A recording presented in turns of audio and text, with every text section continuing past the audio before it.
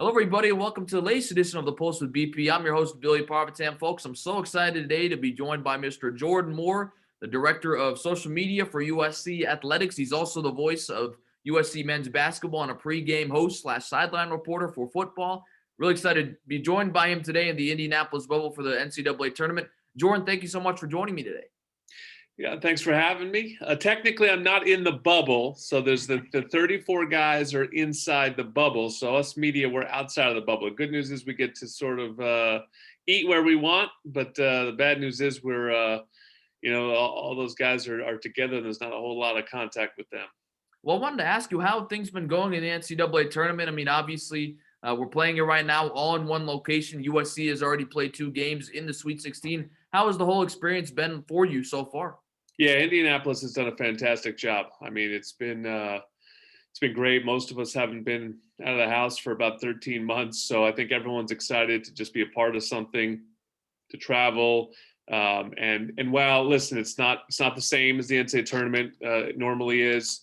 Doesn't have the same energy. There are some fans in the stands though, and in particular, when we were in Hinkle Fieldhouse the other night, it really felt like a game with fans. It's a little harder in the bigger arenas to hear the fans in because of the smaller capacity. But overall, the city was sort of buzzing for the weekend, which was great and fun.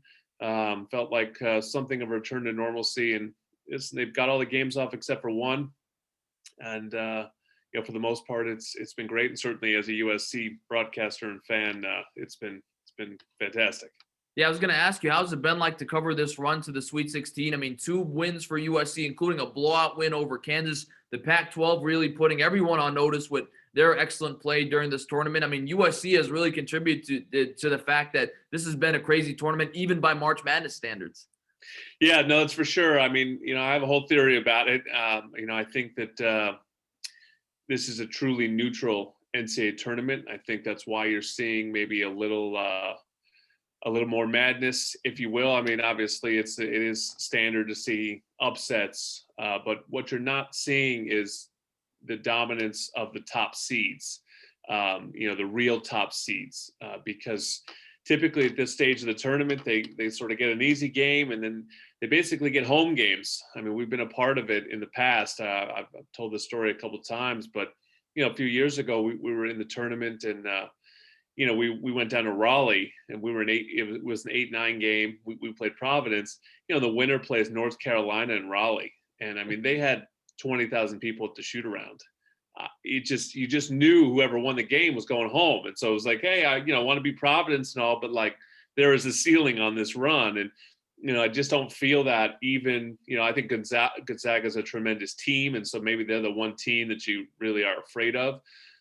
But the bottom line is Illinois is a good team, but they play Loyola Chicago. It just didn't feel like an upset to me. To me, Loyola Chicago is a really good team, and you're in a building, that was as neutral as can be, and the better team won on the day. A better team won in Oregon, Iowa. The better team won in USC Kansas. I mean, that's really was apparent the other night. Now, if the Trojans play that game in Fog Allen Fieldhouse, or they play it in Kansas City, maybe they still win, but maybe it's close.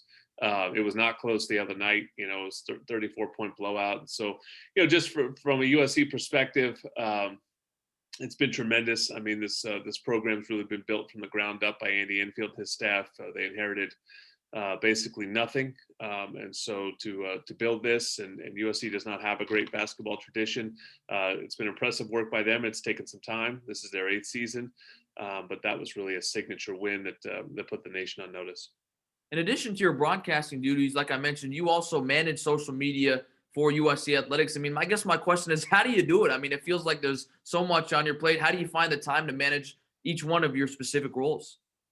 Yeah, no, I mean, it's all about the hustle. I mean, you're a young up and comer in this business, and that's the first lesson is just say yes and figure out how to do it afterwards. So, for me personally, I came out of SC as a broadcaster. That's what I went to USC for, broadcast journalism. So I went through that minor league baseball route and, calling high school football and high school basketball games. And, it's a tough route to go because, it's so many people out there that want move up, and oftentimes it's about connections. And ultimately, my connections at USC, led me down the social media route, and I sort of took a detour in my broadcasting path. But once at USC, all of a sudden broadcasting opportunities opened up. So sometimes that is really the way it works out in business. And so I've created this dual role for myself, and I have great people around me, a great team. I don't just do social media by myself. And so it's made possible by the fact that we have a great team of people doing it at USC. And so able to balance the two and just work a lot. But, sometimes when you're working in sports, it doesn't feel like work. I have to ask you, I mean, everyone's going to ask you, how do you prepare for a game? But I'm curious, in the March Madness tournament, and when you have under 48 hours to prepare for a team you likely haven't seen before. Now, I know that's not the case with the Sweet 16 since you guys are in the same conference as Oregon. But in a typical situation, how would you prepare so quickly with such notice? I guess I had to do so from Drake to Kansas, right? That's the best example. What we had 36 hours or something. It's you prepare like you do for any game. I mean, the nice thing about being a team announcer is you don't necessarily have to prepare a whole lot for your team. I mean, most of my knowledge about USC is banked at this point. I mean, I always do prep, and are there any notes about our guys with the opponent? Any history between the opponents, updating stats and things like that to make sure I have all the updated stuff on our guys. But I don't have to look at the sheet and try to figure out who the point guard is and who's starting, and all that is banked in my memory. So that does make it easier than, say, like all these guys on CBS or Westwood One or TBS. They're trying to learn new people. I mean, that's why sometimes it can be hard. You're a local fan, your team so well, and then you get. I think the national guys really get so much criticism because it's really hard to know a team as a national guy as well as the team's fans are going to. I don't have that problem, but I do have to learn about a new team. A little easier when it's at Kansas. They send you lots of prep materials. All you have to do is read it, try to commit it to some memory, and make as many notes down as possible. And when I show up to a game, I got a laptop with all my notes. I got an iPad with all the stats. And I got all my reads, and so you got lots of different things going on. But at the end of the day, it's funny. Most of that stuff is burned, particularly in radio, is burned by the end of the starting lineups. I mean, really, because once the game starts, you call the game, and then you talk about the game. And I happen to do broadcasts by myself. I do a solo broadcast. I've done color in the past. I've also worked with color commentators in the past. So if you have the analyst, then you're usually using the breaks to get them into the game, because basketball is so fast paced. There's not a lot of time during the action to get the color commentator into the game. So if you're a play-by-play guy, you don't necessarily have a lot to dig into on the radio. Now television is different, but television will do a whole lot more prep. It'll be like you'll have producers, and they'll honestly do a lot of the work for you, and you basically say, okay, hey, we're going to put up a graphic of a mock draft. This is our guy's mock draft, and Evan Mobley's going 2, and now you're going to talk about Evan Mobley's draft stock, right? So a lot of they have production meetings, so TV's a whole different deal.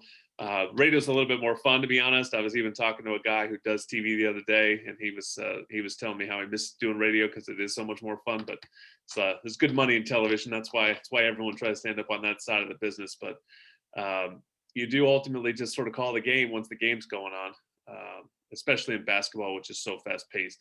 It's different in different sports. I've called a bunch of different sports. Baseball is slow paced, so there's a lot of time to tell stories.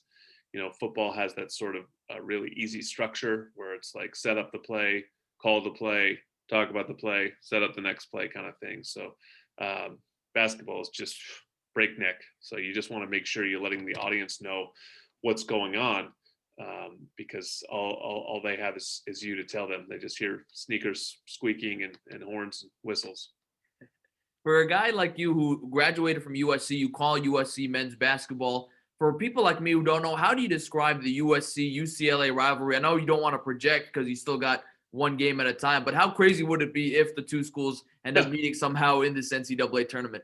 That would be crazy. I mean, you're gonna have to pick me up off the floor if the Trojans get past Gonzaga. I've watched Gonzaga a bunch this year, and they look unbeatable. But obviously Oregon's a tough test first, and then I guess you're right. I guess ultimately it could end up being USC UCLA. I'd be surprised if we got there, but the rivalry would—I don't even know how the rivalry would take it. Honestly, it would be the biggest game in the history of the rivalry in basketball for sure. Because UCLA, the rivalry I guess is best explained in terms of basketball. UCLA is the older brother and USC is the younger brother, and football is the exact opposite. I mean, that's really what it comes down to. I mean, it is the crosstown rivalry. So overall, it's just about proximity. I think that's what makes it unique to most rivalries. You're just talking about a few miles between the campuses. So in all sports, most of the athletes know each other, and you have that sort of city thing going on. But when it comes to basketball in particular, I mean, UCLA has the tradition of Wooden, and has always had championship teams or aspirations, and USC has just never really been able to get it going on a consistent basis. And that's what Andy Enfield talked about the other night. It's like, hey, there's been some good teams over the years that did USC basketball, but never consistency.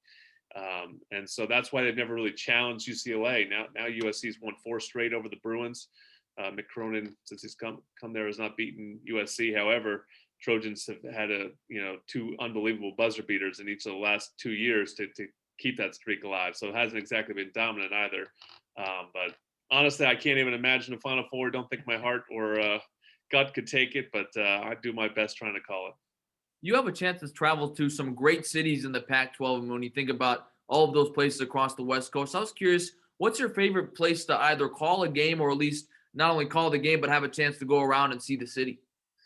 That's a good question. It is. I do like the Pac-12 footprint, and it does provide all different kinds of places. I mean, like I think Seattle's maybe the coolest city in the Pac-12 footprint that we travel to. But the best place to call a basketball game is probably Arizona, just because McHale Center, Tucson. I mean, you really get that big time feel. I mean, just in terms of true passion for the sport, sellout arenas, knowledgeable fans. I've never seen them win there, because the first time that they've won there since I've been working at USC was this year, and I called it from a radio studio in Los Angeles because we haven't been able to travel to games all season. So it looked fun, but again, that was without fans. So trying to win in McHale with fans is difficult, and that's probably the best one. But there are some cool places. I mean, even when you go to these little outposts like Pullman, Washington, it's unique. It's not a place necessarily I'd want to live, but I really don't mind going there. And it is an interesting league in that sense. Boulder's a great town. Salt Lake is a fun town to go to. Obviously, San Francisco and the Bay Area is fantastic. So plenty of good options.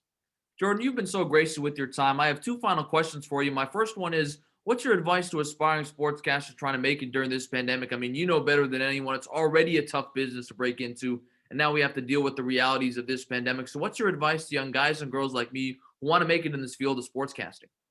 Yeah, no, obviously a great question. And I sort of touched on some of that a little bit earlier in that, I don't think it's going to be a straight line path to success for anybody. I mean, the truth of the matter is I don't know where my career would be if I hadn't taken the detour off of broadcasting and into social media. I mean, that's crazy as it sounds. They go, how'd you become successful as a broadcaster? Well, I stopped broadcasting. But that's what happened. It is sort of like any other business. Everyone looks good on their resume. Everyone sounds good on their highlight reel. Who do you know? How much time do you just spend working on it? In terms of being a good broadcaster, I do think it's the kind of thing that can't really be taught. I went to broadcast journalism school, but they don't really teach classes and play-by-play. I mean, I know some people are starting to do stuff like that. I know Dan Patrick has like a thing where he does it, but the big schools don't do that, right? So how do you do it? You just get reps. I mean, it's just about reps, and that's why minor league baseball actually is a good place to start, because you just get game after game after game, right? Football's a terrible place to start. They don't play enough games.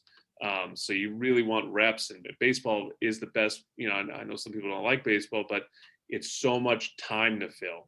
a 3-4 hour broadcast where you're the only voice. I mean, that is trial by fire. And I'm sure if I went back and listened to my games early on, I'd be somewhat embarrassed now, but it is how I cut my teeth, and it is how I would suggest anyone that really wants to be in play-by-play to cut their teeth.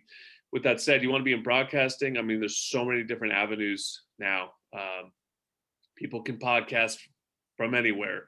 People can, start their own brand and create their own personality on social media. So, there's a lot of avenues in, but it is like any other business, getting to know people, getting connections, and just trying to find those opportunities is the hard part.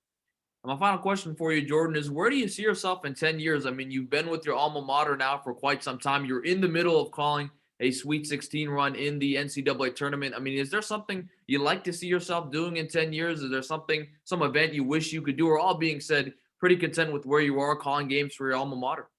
Yeah, it's a good question. I mean, sometimes I don't know where I'm going to be in 10 minutes, let alone 10 years. But I really do like the team side of it. I know that is maybe more money in the sort of national side of it, of sort of being a broadcaster for hire kind of thing, and I wouldn't mind that, but I will say that there just is something really fun about being a part of the team and traveling around with a group of guys. And that's why it is, hard to sort of be outside of the bubble, like I mentioned at the very beginning of this, because usually I'd be in it with them, and the coaches and the players, and be on the team bus and all of that, and really, really get that experience. And, you just feel so much more passion. At the end of the day, most of us got into this because we love sports and we're fans of sports. And so for me, growing up as a kid, my dream was to call the NCAA tournament. I mean, I love a million different sports, but I love nothing more than March Madness. I mean, it's my favorite sporting event, and has been since I was a little kid. And so getting to call it is just a dream. And there is something really fun about doing it, at your alma mater, and having these relationships with the coaches and the players, and feeling like you're a part of it, which is different than if I were to be calling it for Westwood One or even for CBS. It would be amazing. I wouldn't, if you offered me Jim Nance's job, I think I'd take it. Guy gets to call the Final Four and the Masters in the same week. But there is something to really caring and being a part of a team. Jordan, this has been such a pleasure. I know you're very busy right now in the middle of this NCAA tournament, currently working in Indianapolis, but I really appreciate you taking the time to chat with me, and best of luck to your Trojans. We'll see if they can shock the world, but thank you so much for joining me today. No problem. Good luck to you. Thanks for having me. That's Jordan Moore, the director of social media for USC Athletics, and also the voice of USC men's basketball. Best of luck to him going forward, as well as the Trojans. This has been the latest edition of The Post with BP. Thanks so much for everybody for joining us. I'm your host, Billy Parvitan. We'll see you next time.